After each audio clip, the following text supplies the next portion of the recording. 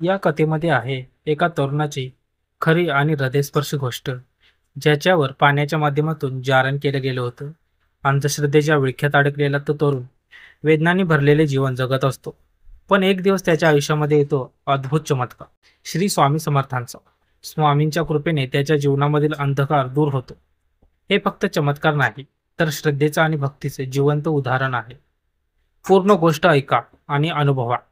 संकटाच्या काळात विश्वास आणि श्रद्धा कशी वाचवू शकते.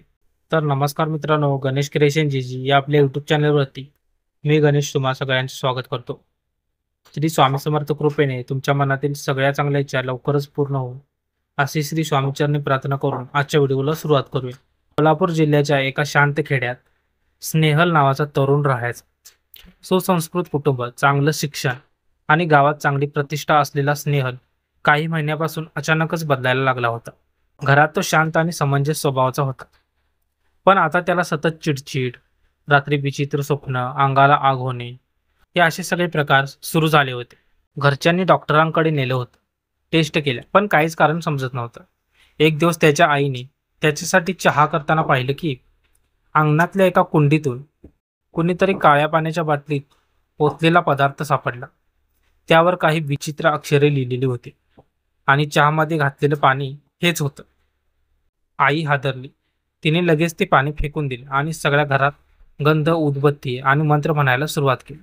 तिचा संशय वाढत गेला. गावातल्या एका अनुभवी बाईजवळ गेल्यावर त्यांनी स्पष्ट सांगितलं, यावर कुणीतरी काळी जादू केली आहे, ते पण पाण्यावरून. याचं शरीर, मन आणि आत्मा हळूहळू झपाटले जात आहेत. आईचं काळीज तुटलं. काही कळत नव्हतं, कोण आणि का असं करेल. शेवटी एकच आशा उरली, श्री स्वामी समर्थ महाराज. आईने स्नेहलला घेऊन अक्कलकोट गाठलं. त्यावेळी स्नेहलचं शरीर तापाने फणफणत होतं आणि डोळ्यात एक विचित्र वटारलेली नजर. तो स्वतःला कुणीतरी दुसरा समजत होता आणि आईला ओळखतही नव्हता. स्वामींच्या समाधीसमोर नेताच त्याला जोरात उलट्या झाल्या. अचानक शांतता पसरली आणि समाधीच्या समोर त्याचं शरीर अक्षरशः जमिनीवर आपसुकच लोटलं गेलं. स्वामी समर्थांचा असीम कृपाप्रसाद त्याच्यावर झाला होता. त्या क्षणी मंदिरात उपस्थित एका साधकाने त्याच्यावर स्वामींचं पवित्र जल शिंपडलं आणि दिगंबरा दिगंबरा श्रीपाद वल्लभ दिगंबरा हा गजर सुरू केला.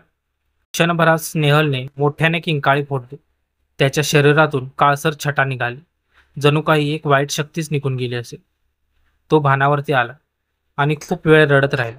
आईच्या कुशीत डोकं ठेवून म्हणाला, आई, मला माफ कर, मला काहीच आठवत नाही, पण स्वामींनी मला वाचवलं. त्या दिवसापासून स्नेहल पूर्णपणे बदलला.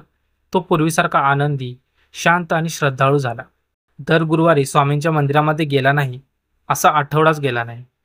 आई मात्र रोज एक गोष्ट मनोमन म्हणायची, स्वामी समर्थ, तुम्ही नसतात तर माझं लेकरू मला परत मिळालं नसतं.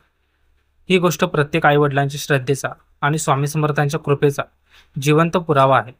अंधश्रद्धेच्या नावाने संकट आलं तरी विश्वासाने, भक्तीने आणि संयमाने जगता येतं, हेच यातून शिकायला मिळतं. तर मित्रांनो, आजची स्टोरी तुम्हाला कशी वाटली ती कमेंटमध्ये नक्की सांगा. आणि अशाच प्रकारचे व्हिडिओज बघण्यासाठी तुम्ही आपल्या चॅनेलला नक्की सबस्क्राईब करा आणि कमेंटमध्ये श्री स्वामी समर्थ लिहायला विसरू नका. धन्यवाद.